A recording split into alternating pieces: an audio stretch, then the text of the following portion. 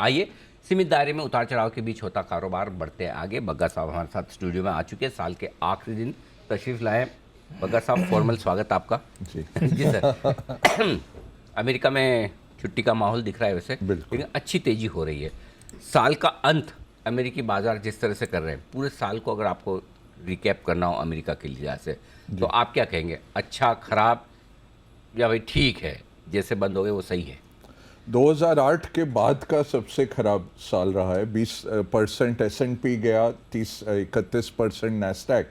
कल ज़रूर उछाल आया और आज भी उछाल आना चाहिए। वो ईयर एंड का पोजीशंस कटते हैं, उनका टैक्स लॉस हार्वेस्टिंग होता है, तो वो मेरे ख्याल से पिछले हफ्ते हो गया। 2022 को अगर डिफाइन करेंगे अनिल जी, क्या बड़े आपके टर्म्स हैं? इन्फ्लेशन, हायर रेट्स, जी। हॉकिश सेंट्रल बैंक्स, वॉर और एनर्जी शॉक।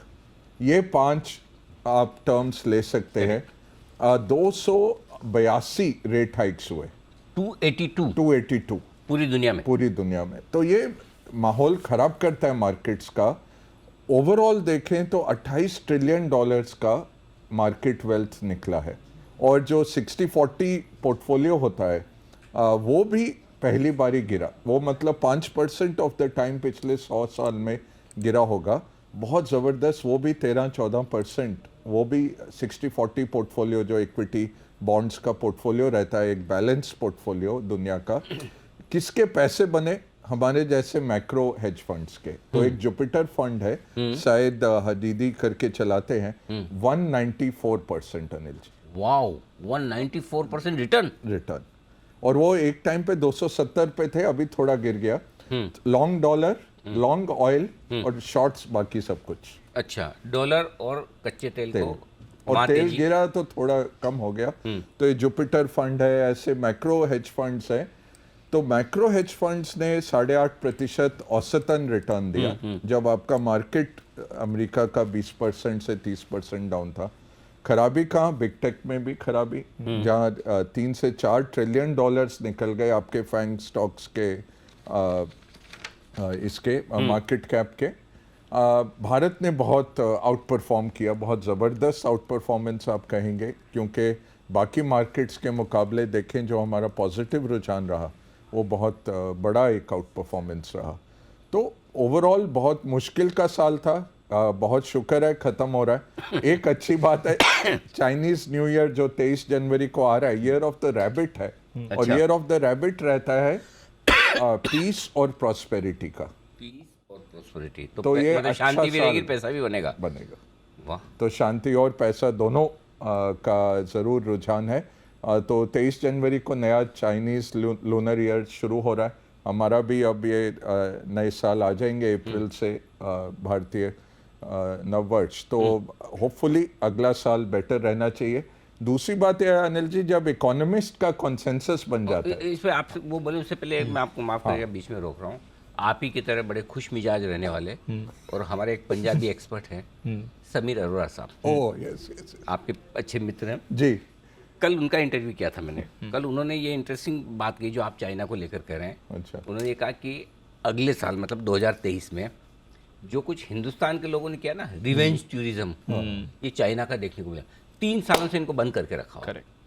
सो अगर आप वो कह रहे हैं कि पीस और प्रॉस्पेरिटी वाला साल हो सकता है, तो अगर शांति रही कोविड को लेकर, ताइवान को लेकर या किसी और को लेकर, और इसी तरह से रहा, तो चाइना वाले अगले साल दुनिया भर में ग्रोथ लाने की कोशिश कर सकते हैं। ज़बरदस्त। आप इकोनॉमिस्ट की बात बता रहे थे जी।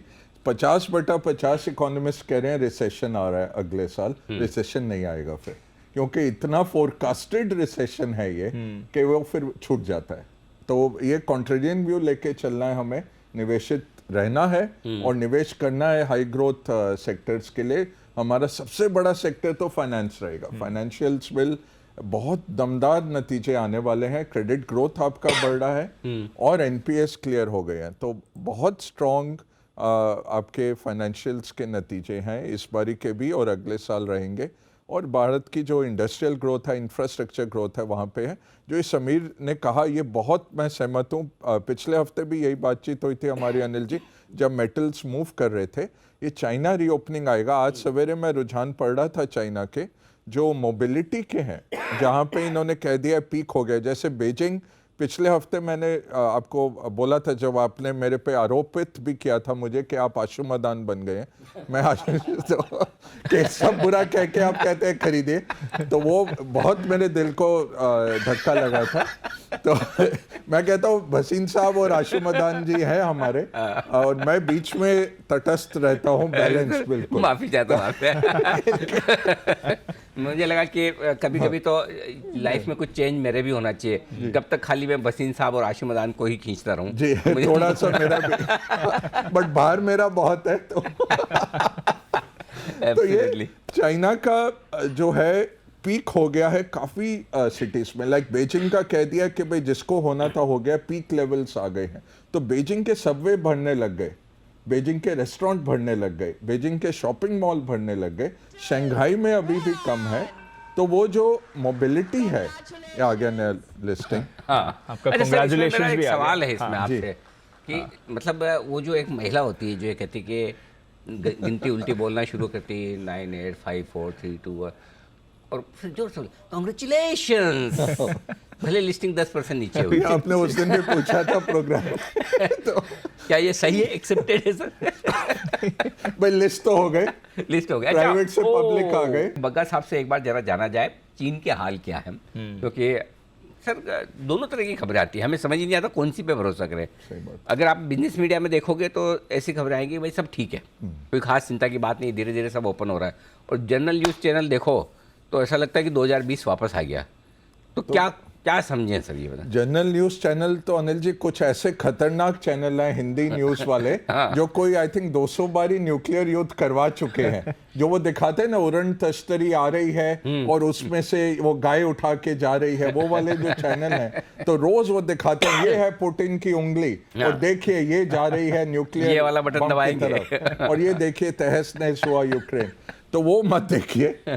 जो जनरल जो बिजनेस चैनल कह रहे हैं वो मेजर्ड आपको बता रहे हैं। चाइना का कंजम्पशन लौट रहा है, तो अभी समीर अरोड़ा की भी इस पे मोहर लग गई, तो बहुत अच्छा है। बिल्कुल। ओवरऑल 2023 जैसे 2022 मैंने बोला, inflation, high rate, hawkishness, war and energy shock, 2023 क्या आने वाला है? रिसेशन और recovery, China returns, China stimulates और consumption comes back in the world. ये है 2023 का जो मूलभूत विश्लेषण रहेगा। तो अभी सबको डर है रिसेशन से, और सब जब डरे हुए हैं तो मैं कॉन्ट्रा व्यू ले रहा हूँ कि माइल्डली सॉफ्टिश लैंडिंग होके निकल जाएंगे।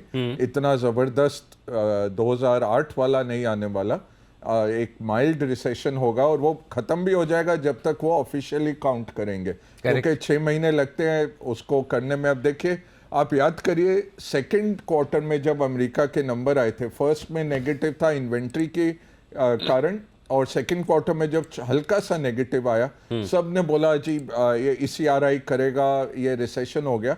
उन्होंने आके कहा जब इतना स्ट्रॉन्ग लेबर आपका है, जब वेज ग्रोथ है, सब कुछ है, सिर्फ एक आंकड़े पे हम नहीं करेंगे। तो मैं कह रहा हूँ ये रिसेशन भी ऐसा ही आएगा हल्का सा और निकल जाएंगे। होपफुली ये तथास्तु हो इस पे, और इस पे मैं गलत ना साबित हूँ। मुझे लगता है रिकवरी रहेगा रिसेशन की जगह, और चाइना भी यही रहेगा। उन्होंने यही सोच लिया है कि इसको बढ़ने दो, सबको हो जाने दो। और देखिए कितने चंट लोग हैं अनिल जी, अभी इंटरनेशनल खोल दिया। भाई जब तुम्हारे 25 करोड़ अगर तुम्हारा संक्रमण हुआ हुआ है, कौन आएगा तुम्हारे देश? बंसल जी पिक्चर देखने चले जाएं वो दूसरी बात है, और तो कोई नहीं आता। तो खोल दिया। अच्छा, यूरोपियन यूनियन कल इटली ने बोला भाई चाइना से आते हुए उनका टेस्ट तो कीजिए। यूरोपियन यूनियन बोला कोई जरूरत नहीं है, आने दो सबको, जिसको होना है हो जाने दो। और ये दुनिया खुलनी है अब। अच्छा, तो भारत में चाहे हम टेस्टिंग कर रहे हैं और ये चैनल भी चला देते हैं जी, 2 आ गए, 2 पकड़े गए। अरे आप देखो 1 लाख का फुटफॉल है दिन का, कितने लोग उसमें से निकल रहे होंगे। 2 का हो गया भी, ठीक है। अच्छा, कोई नया वेरिएंट नहीं मिला, जो आए भी हैं जिनोम में, किसी का नया वेरिएंट ऐसा नहीं है कोई चाइनीज वेरिएंट है जो दुनिया को ख़त्म कर रहा है और दुनिया का अंत है, ऐसा कुछ नहीं है। तो बिजनेस चैनल ही देखिए, उस पर हम बड़ी अच्छी आपको नपी तुली खबर देते हैं। बिल्कुल, और जो काम की है, डराने वाली नहीं। और ये 2 समोसों के कारण ये पेड एडवर्टाइजमेंट है अनिल भैया के लिए। वैसे तो आज बग्गा साहब ही पूरे पार्टी के मूड में हैं। लोगों को लग रहा होगा कि नहीं, बग्गा साहब की अगर आप जैकेट के अंदर की शर्ट देखेंगे ना, तो मैं 100% कह सकता हूँ सर यहाँ से सीधे पार्टी में जा रहा है। वो जैकेट मैंने इसलिए बंद की, पेट निकल रहा था तो वो सर, कैमरा वाला बोल रहा था वो समृद्धि की निशानी है। फट फट के। चलिए, लेकिन 2022 और 2023 की हम बात करें। 2022 में एक इंटरेस्टिंग चीज़ ग्लोबल मार्केट में हुई सर, जो कि ऐसा लग रहा था कि मतलब टेस्ला सबसे लोगों का प्यारा स्टॉक, मस्त साहब, इतना सब उनका सामान, क्या ऐसा हो गया जो कुछ 2022 में, और उससे क्या सबक है वो बताइए। देखिए, सबसे बड़ी बात ये है, फंडामेंटल्स ऑलवेज विन। फंडामेंटल पे वापस आ जाएगा। जो टेस्ला चल रहा था, जब एक बारी $19 बिलियन का रिटेल निवेश आ गया टेस्ला में, क्योंकि इतने साल क्या चला कि टेस्ला खरीद के बैठ जाओ।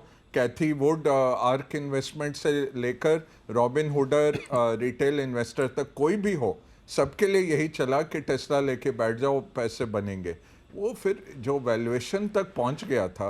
अब दूसरा है कि जो हम कहते रहते हैं, आप डिसरप्टर्स को तो दे रहे हो वैल्यूएशन 1000 गुना प्राइस अर्निंग से, वो जब लेगेसी वाले उठेंगे, जो एग्जिस्टिंग वाले उठेंगे, तब वो बिल्कुल इस वैल्यूएशन को का कबाड़ा कर देंगे। वही हो रहा है। आज आप मर्सिडीज़ की ईवी खरीदिए, BMW की खरीदिए, टोयोटा की आ रही हैं, तो ये चैलेंज आ गया। थर्ड, चाइना का इम्पैक्ट आया, बट वो पिछले महीने का ही है। बट ऐसा इम्पैक्ट आया कि 35% स्टॉक को गिरा गया, जो 70% स्टॉक डाउन है साल के लिए। और दीप मुझे यही बता रहे थे कि जो ट्विटर के लिए इन्होंने $44 बिलियन का लोन लेके खरीदा ट्विटर, उसमें से अनिल जी मार्जिन कॉल भी आ गया उसमें क्योंकि इतना गिर गया टेस्ला का शेयर। अब ट्विटर, कल हजारों लोग कह रहे थे ट्विटर नहीं चल रहा। मुझे तो लग रहा है, क्योंकि आपका शो शुरू होता है तो 100-200 ऐसे ही आ जाते हैं ट्वीट्स, बट तो ये लोगों तक पहुंच नहीं रहे ट्वीट। तो ये 44 बिलियन आपने खरीदा क्यों? 7,500 लोगों से अब क्षमता उस कंपनी की रह गई है। 100 लोग भी नहीं है एम्प्लॉयमेंट में। तो अब स्पेसएक्स के इंजीनियर आके, तो स्पेस वाले कंज्यूमर इलेक्ट्रॉनिक्स चलाएंगे या कम्युनिकेशन चलाएंगे, पता नहीं। तो ओवरऑल यही है कि था बड़ा पड़ाव था ट्विटर का इस तरह से टेक ओवर करना, बट टेस्ला के सामने हेडविंड्स हैं कंपटीशन के और वैल्यूएशन के। ये बात सही है। मुझे लगता है ट्विटर में टेक्नोलॉजी वाले इंजीनियर्स या मतलब जो भी, मतलब देखते हैं बचे नहीं है, लगता है आजकल रुक कर अटक कर चल रहा है। वो जो चल रहा था इनर्शिया से चल रहा था। हाँ। एक थोड़ा सा भी कुछ आया, वो किसी को पता ही नहीं कैसे। ट्रबल शूटर है ही नहीं अब कोई। तो बड़ा मामला वेल्थ डिस्ट्रक्शन वाला रहा, और नैस्डैक को घटाने में इनका भी पूरा काफी योगदान पूरा है इनका, एकदम बिल्कुल भी।